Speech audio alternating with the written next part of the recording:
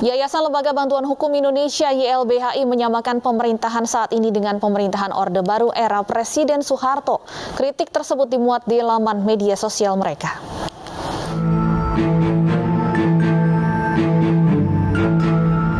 Siapa yang pernah merasakan pemerintahan Orde Baru era Presiden Soeharto? Bagi sebagian masyarakat yang pernah merasakan pemerintahan saat itu akan menjawab bahwa masa tersebut ada kelebihan dan kekurangannya. Kekurangan yang dirasakan sebagian masyarakat salah satunya adalah pemerintahan yang berjalan otoriter. Inilah yang menjadi sorotan YLBHI bahwa pemerintahan saat ini sama dengan era Orde Baru. YLBHI mengunggah foto di laman Instagramnya gabungan Presiden Soeharto dan Presiden Joko Widodo. Pada postingan kedua, YLBHI juga menulis 10 kesamaan Presiden Joko Widodo dengan era Orde Baru. Menurut YLBHI, hal ini merupakan bentuk kritik dan kesimpulan kajian yang pernah dibuatnya. Menanggapi kritik tersebut, kantor staf Presiden menyarankan YLBHI menjadi partai politik agar mengetahui situasi politik bernegara. Kalau YLBHI maupun fraksi rakyat Indonesia, konon kabarnya sebaiknya Anda masuk partai politik supaya Anda tahu tentang fenomena politik orang bernegara. Hingga kini akun Instagram YLBHI tentang persamaan Jokowi dan Orde Baru telah mendapat 340 komentar. Lalu apa sebenarnya yang melatar belakangi munculnya anggapan Orde Baru lahir kembali di era Presiden Jokowi? Kami akan membahasnya bersama Zainal Arifin, Ketua YLBHI Bidang Advokasi dan Jaringan, serta Ali Mohtar Ngabalin, Tenaga Ahli Utama KSP. Selamat sore, Assalamualaikum Bapak-Bapak. Waalaikumsalam. Sore, Mbak Stefani. Selamat sore. Baik, langsung saja kita ke Pak Zainal terlebih dahulu untuk mengonfirmasi. Pak Zainal, YLBHI merepost postingan yang menyamakan pemerintahan Jokowi dengan era Orde Baru. Apakah YLBHI memiliki data untuk membuktikan 10 poin yang disampaikan dalam postingan ini? Terima kasih Mbak Stefani. Sebenarnya saya ingin menyampaikan terlebih dahulu bahwa postingan yang diposting oleh kawan-kawan fraksi rakyat Indonesia yang di dalamnya ada banyak organisasi masyarakat sipil, itu sebenarnya bukan hanya hari ini saja, tapi berbagai kajian juga sudah dikeluarkan sebelumnya. Misalkan di tahun 2020 di bulan Juni kita juga telah mengeluarkan kaitannya dengan laporan mengenai situasi ini otoritarianisme rezim Jokowi yang mengarah pada otoritarianisme. Ataupun kemudian kita juga banyak melakukan kritik sejak kemudian banyak masyarakat yang kemudian dibungkam, aksi-aksi demonstrasi kemudian disikapi dengan kekerasan, ataupun kemudian banyak juga aksi-aksi kekerasan yang dilakukan oleh aparat kepolisian di berbagai daerah kaitannya dengan konflik-konflik sumber daya alam. Baik, salah satunya poin nomor ini bukan hal yang kritik yang ini pertama, tapi sebenarnya itu sudah kami sampaikan sejak kemudian Omnibus Law, kemudian reformasi di korupsi dan sebagainya.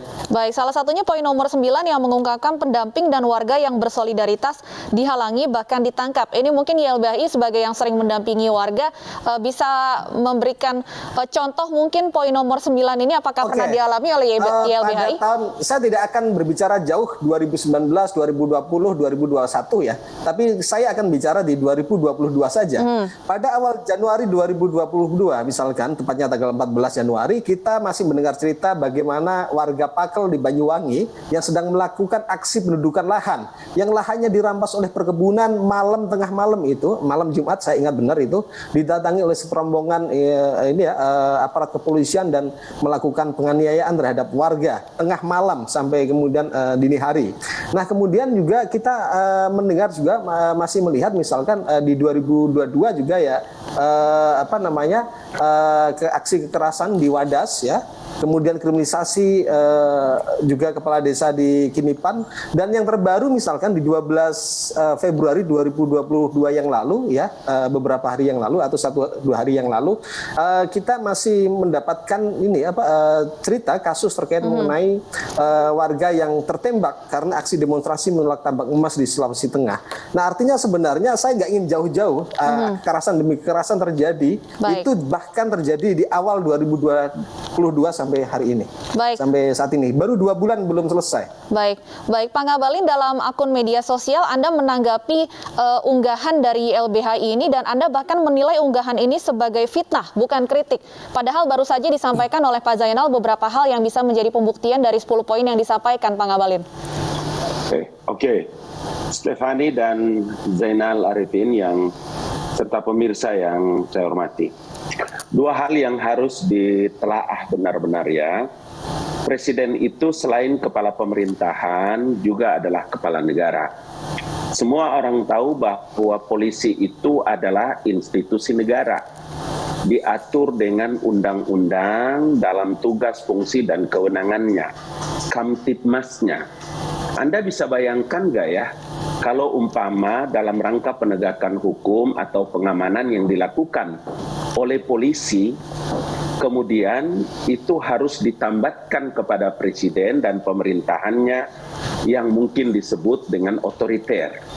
1. Yang kedua, dapatkah kita kemukakan bahwa setelah zaman reformasi ini, seorang kepala pemerintahan itu bisa bersifat otoriter dan represif? Pertanyaan inilah yang saya kemukakan untuk harus dijawab dan bisa dimunculkan dengan bukti-bukti yang nyata, dengan fakta yang ada. Sebab kenapa? YLBHI itu adalah sebuah foundation, yayasan yang punya nama sangat membumi di tengah-tengah masyarakat hukum. Sehingga kalau itu tidak dilakukan, maka rilis yang dikemukakan oleh Zainal dan teman-teman atau siapa saja, itu dia bisa bermuatan terhadap penyebaran berita yang sungguh sangat membohongi publik. Karena sepanjang sejarah Presiden Joko Widodo, saya kan bilang tuh, Anda boleh tunjukkan fakta-fakta yang kira-kira sama seperti 10 poin itu. Ada pemerintahan yang koruptif, ada pemerintahan yang nepotis. Kalau ini tidak dimunculkan, maka itu yang saya sebut dengan bisa fitnah.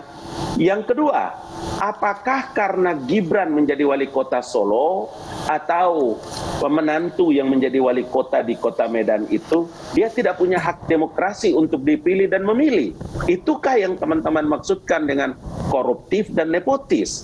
Saya perlu kemukakan ini karena dari kantor staf presiden dan khususnya kami yang ada di istana. Saya sekarang berbicara sedang berada di Binagraha. Penting karena kita punya tugas dan tanggung jawab itu adalah memberikan pencerahan kepada masyarakat di ruang publik. Ketika teman-teman menyambungkan itu dengan penanganan kasus yang terjadi di Jawa Tengah, saya juga mau katakan supaya pola pengamanan seperti yang disampaikan oleh kawan-kawan itu sebagai contoh gaya pemerintahan Presiden Soeharto dan Presiden Jokowi, saya kira ini sangat tendensius karena kepala staf kantor staf presiden itu mengirim 2 tim. Pak Muldoko mengirim 2 tim untuk langsung mendapatkan informasi yang nyata, bukti, sehingga kita bisa mendetailkan lihat masalahnya. Itu poinnya, yang saya poinnya kira Anda menilai tetap tidak tepat jika pemerintahan Jokowi disamakan dengan era Orde Baru. Ya, saya kira saya mau katakan itu maksudnya begini. Setiap orang, setiap pemimpin itu ada zaman dan masa mereka pimpin, dan setiap pemimpin itu ada zamannya.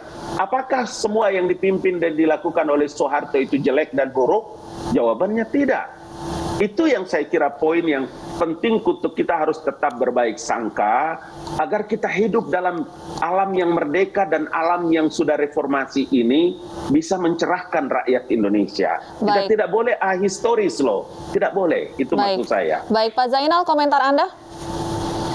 Oke, terima kasih. Tapi saya tertarik tadi bahwa Presiden sebagai ini kepala negara dan kepala pemerintahan dan menganggap pada intinya saya menangkap bahwa kemudian apa yang terjadi di lapangan itu tidak ada berhubungan sama sekali dengan pemerintahan Jokowi gitu atau Presiden hari ini.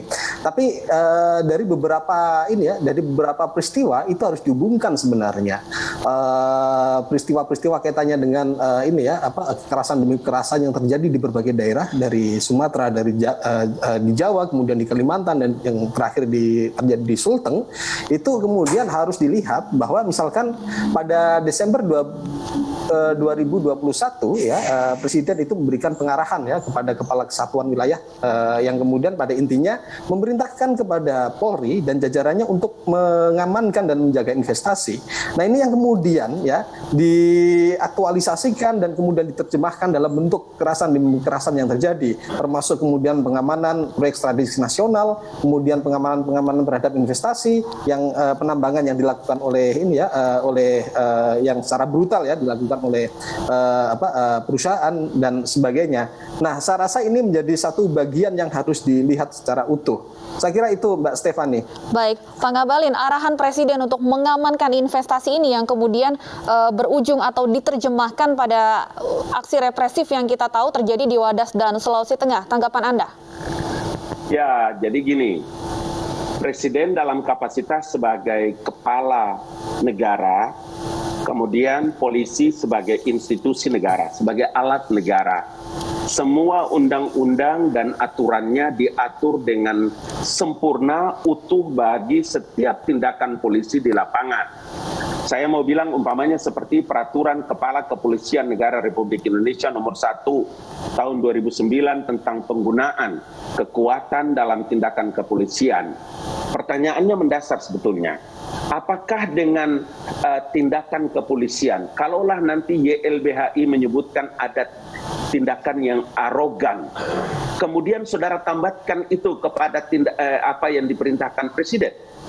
Saya kira tidak. Sebagai orang yang punya moral yang tinggi, sebagai orang yang punya ilmu pengetahuan, sebagai orang yang berpengalaman dalam membahas dan menangani masalah regulasi undang-undang hukum, YLBHI saya kira tidak sebrutal itu dalam memberikan penilaian kepada Presiden Joko Widodo sebagai kepala negara atau kepala pemerintahan.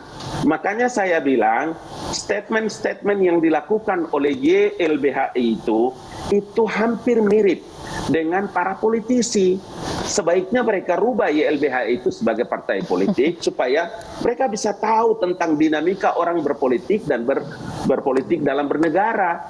Sekali lagi ya, saya mau bilang, penting itu catatan sejarah itu harus dibuka, dilihat agar kita bisa runut melihat langkah-langkah apa yang dilakukan oleh Presiden Joko Widodo dalam melaksanakan proyek-proyek strategis nasional, begitu juga apa yang dilakukan pada masa Presiden Soeharto, supaya kita tidak boleh memfitnah, tidak boleh mencederai loh.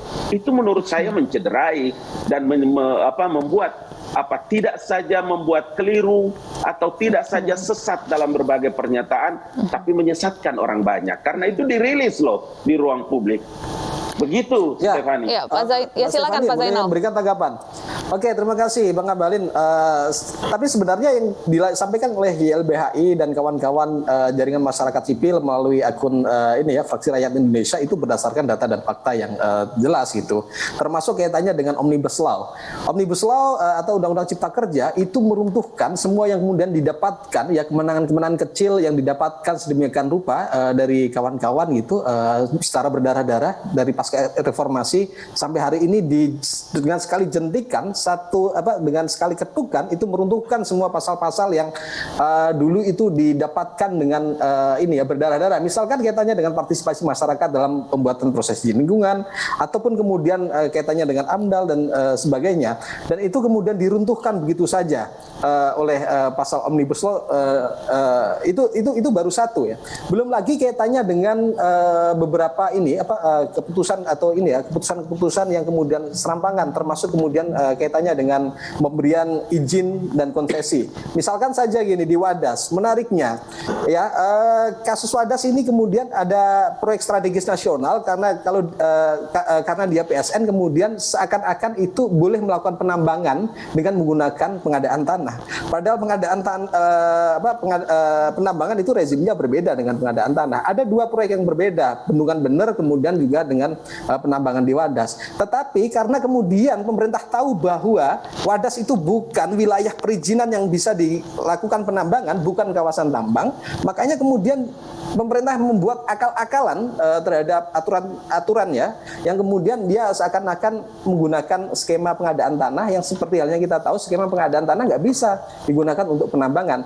Dan kemudian yang kedua, seandainya pun misalkan masyarakat pun kalaupun menjual tanahnya ya kepada pemerintah pun itu apakah bisa ditambang secara otomatis? Nggak bisa karena memang bukan kawasan pertambangan. Baik. Nah ini adalah sebenarnya satu contoh kecil dari kaitannya dengan beberapa model-model yang serampangan. Terkait satu lagi ini ya terkait beberapa hal kaitannya dengan berbagai kebijakan ya di level pusat, daerah maupun di level lokal yang kemudian itu juga menyengsarakan masyarakat. Baik, Pak Ngabalin terakhir mungkin apa kemudian langkah yang akan diambil pemerintah atas kritik yang disampaikan oleh YLBHI ini? Saya dari awal menyampaikan bahwa sejak periode awal Presiden Joko Widodo membuka ruang istana dan ruang kerja beliau untuk menerima masukan dari siapa saja. Bahkan kritik, sepanjang kritik itu benar-benar ada data dan fakta. Yang disebutkan oleh Zainal dan teman-teman dari YLBHI, ini dua dokumen yang kami siapkan dari lapangan ya. Mereka bicara tentang AMDAL. Sebetulnya kalau ada waktu panjang saya bisa mengurai itu tentang Undang-Undang Cipta Kerja atau Omnibus Law, karena pernyataan beberapa catatan tadi itu sebetulnya tidak saja keliru, tetapi saya khawatir teman-teman tidak paham ya. Karena begini, kalau Anda bicara tentang masalah posisi pembangunan bendungan kemudian dengan tambang, dua hal yang berbeda dalam rezim, iya. Tetapi jangan lupa bahwa analisa dampak lingkungan dengan pengukuran. Kan kita tahu bahwa sejak zaman Presiden Joko Widodo itu tidak ada istilah ganti rugi. Yang ada itu adalah istilah ganti untung. Maka langkah-langkah yang dilakukan oleh pemerintah, baik itu yang ada di pemerintah daerah maupun provinsi, regulasinya ada. Tidak akan mungkin. Sejak kapan sih orang itu bisa melakukan otoriter atau represi? Saya minta Bang Ngabalin tadi dari SDM, apakah bisa penambangan skema pengadaan tanah? Nah, bukan, tidak. Itu tidak terjadi pada kasus yang di Wadas, itu loh. Artinya kalau Zainal menyebutkan itu terjadi pada kasus Wadas, tidak mungkin, karena Anda pasti keliru, sebab rezimnya berbeda. Dari sisi pembangunan dan itulah yang kemudian digunakan oleh pemerintah hari ini yang kemudian memerintahkan kepada Polri untuk melakukan pengerahan pasukan besar-besaran. Di situ kesalahannya. Karena itulah maka Badan Pertanahan Nasional dalam mengukur, dalam memastikan mana hak-hak masyarakat, maka harus diukur dan dipastikan. Anda tahu nggak, luas tanah itu, dengar, luas tanah itu adalah 124 hektar. Jarak antara bendungan dengan Wadas sendiri itu 12 meter. Maka tempat penambangan itu harus diukur supaya ditahu mana hak-hak rakyat. Pak Ngabalin, tapi tidak bisa dipungkiri ada aksi represif yang terjadi dan ini sudah dikonfirmasi oleh temuan Komnas HAM.